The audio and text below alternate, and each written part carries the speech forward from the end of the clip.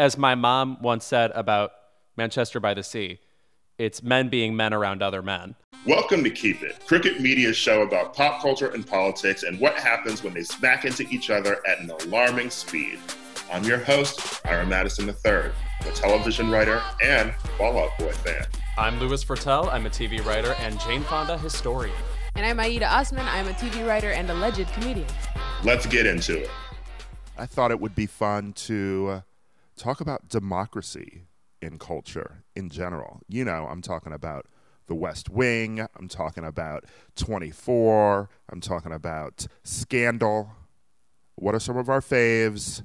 And what does it mean to watch shows like this now after 4 years of the government being a cesspool? Well, I just want to say, first of all, that generally speaking, the genre does not appeal to me because it is largely, as my mom once said about Manchester by the Sea, it's men being men around other men. And with the exception of Scandal.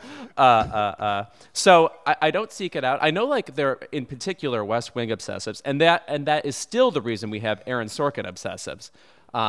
But the only time I'm really zeroed into TV shows, movies of this ilk are when an either incredibly humane woman is a part of it or a diabolically evil woman is a part of it. So I'm talking about your Reese Witherspoon in Election. Mm-hmm. I'm talking about your Selena Meyer. You know, occasionally I could go for a Gina Davis in the TV show Commander-in-Chief. Remember when Gina Davis was our president, everybody? And you weren't thankful. I remember the time.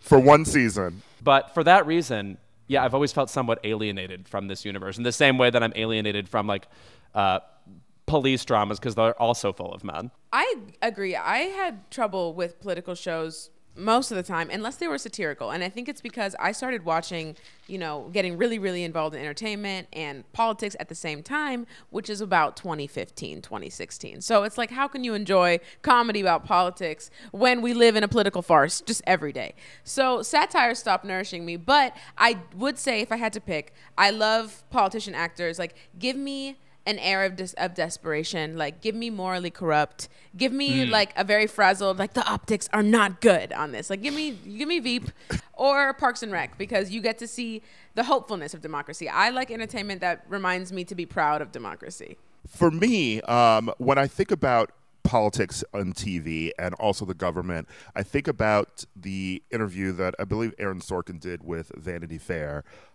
If we're going to go back to the West Wing of it all, his concept of that show was the idea that whenever we see politicians on TV, they're either Machiavellian, a la House of Cards, or they are idiots. They're dolts, you know, like on Veep, you know, or even on an inspirational show like Parks and Recreation, which was about local government.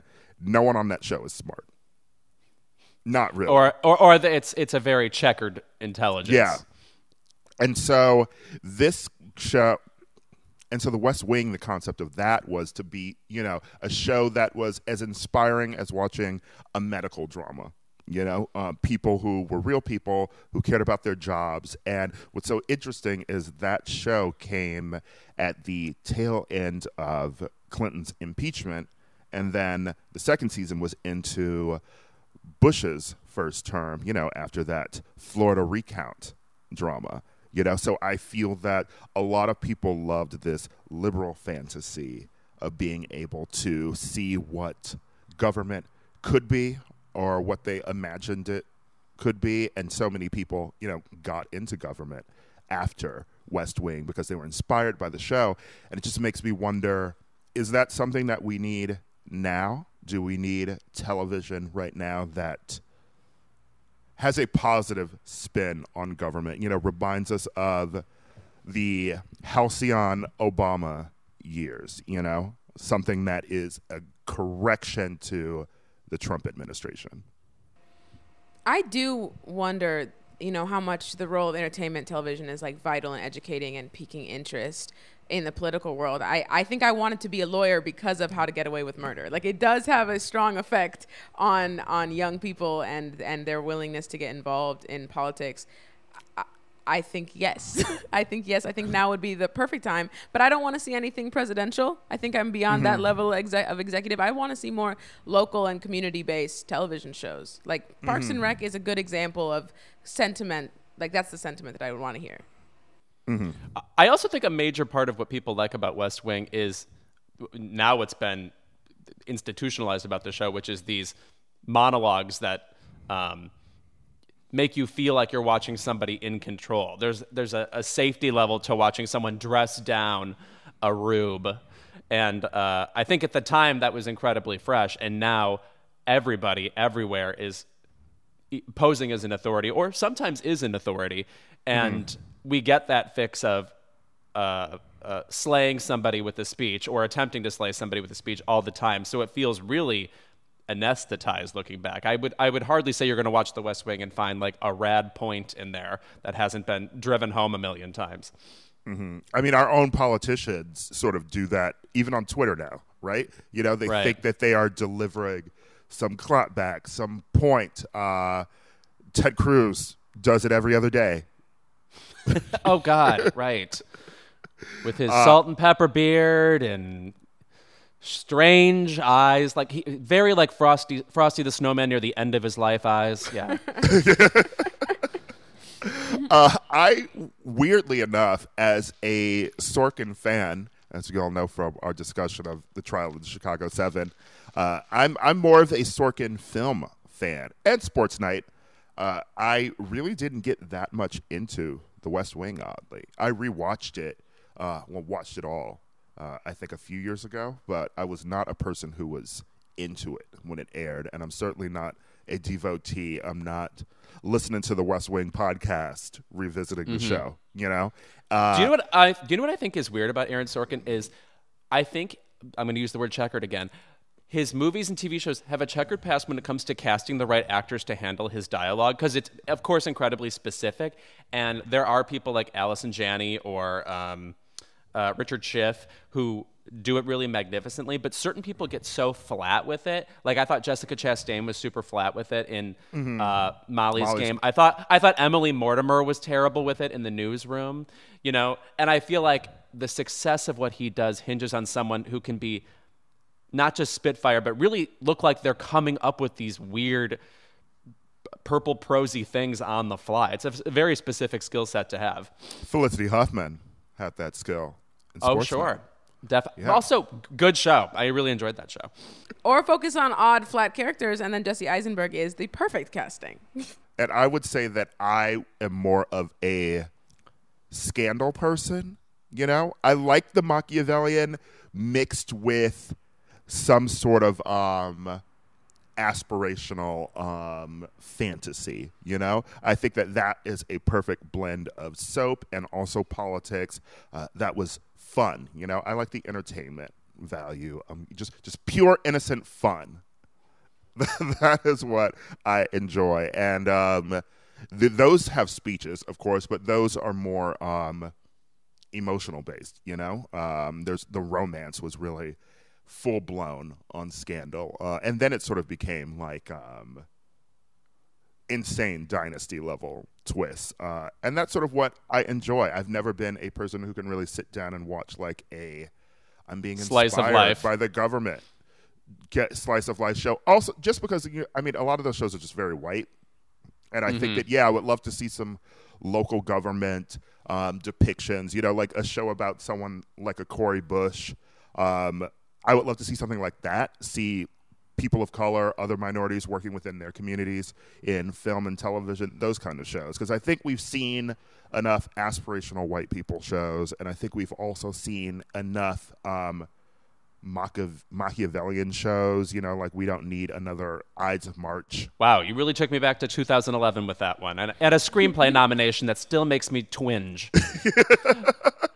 I will also say, you know what I think a lasting legacy of Veep is, and why I think it's my favorite show in this genre, other than it's just incredibly funny, is that, and I know it's super basic to say, it's actually the most realistic of all these shows, but I really do think in those circles, most time is spent efficiently quibbling.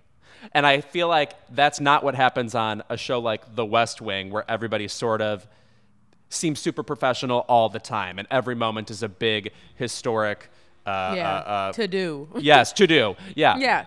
Like people having to insult each other just to get things done quickly, which is the feel of Veep to me, feels the realest. I mean, Veep is probably my favorite in this category as well, too. And it also investigates like the power, the draw of power, and the way these politicians are addicted to being politicians. Like, they're career politicians in the way that they need their egos to be fed. One of my favorite scenes in Veep is Julia's character having to break up with her Muslim lover because she knows she can't run as president again with a Muslim lover. And those like very confusing and societally correct like reads of the world are my favorite.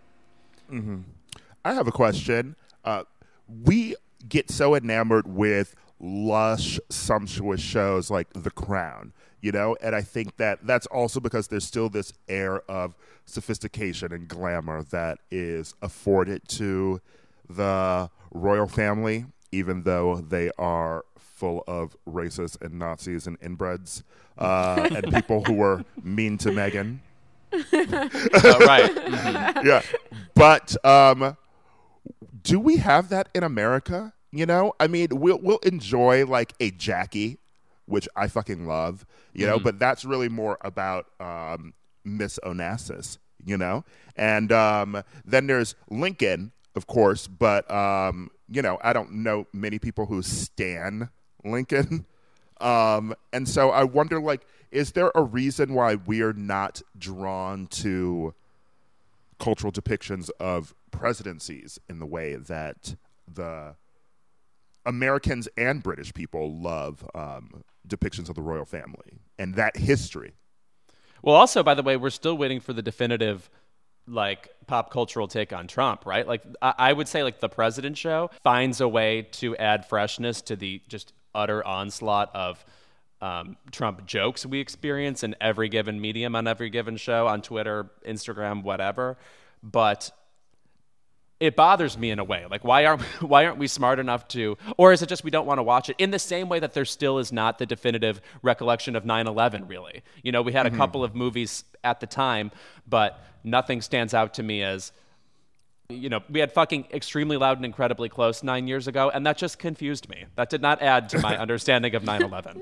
It feels too soon, you know? Still, I think yeah. it feels like it's so funny that we're getting into Princess Di in The Crown now, right? Because even that you were feeling like, oh, is it too soon to do this? You know, like, because those stories have usually stayed within the past, even not the.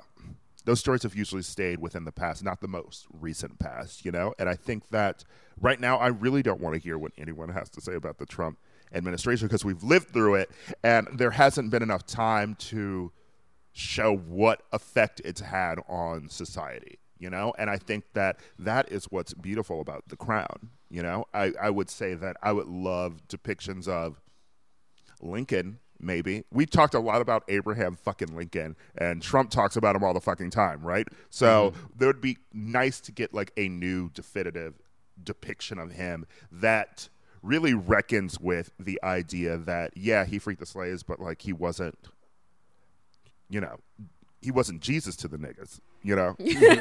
And I wonder, I mean, Ira, to maybe answer your question as well, I think that you guys covered that we need like a time distance before we're interested in the storyline. But I also think Americans really don't appreciate like history.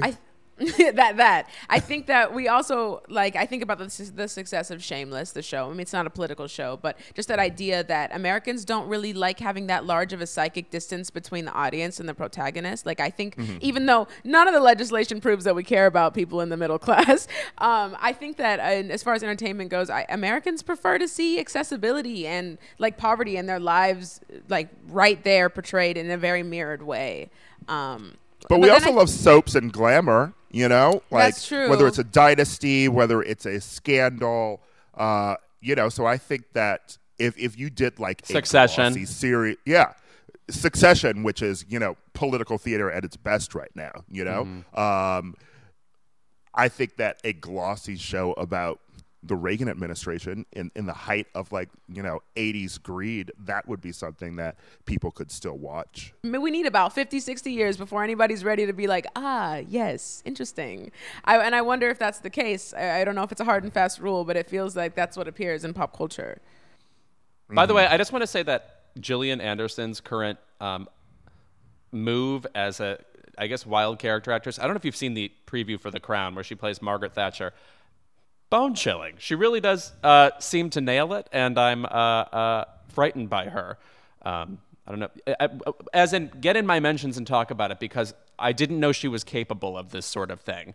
I've loved Gillian Anderson on things like The Fall, and I've heard of The X-Files. Can you picture me watching The X-Files? I can't.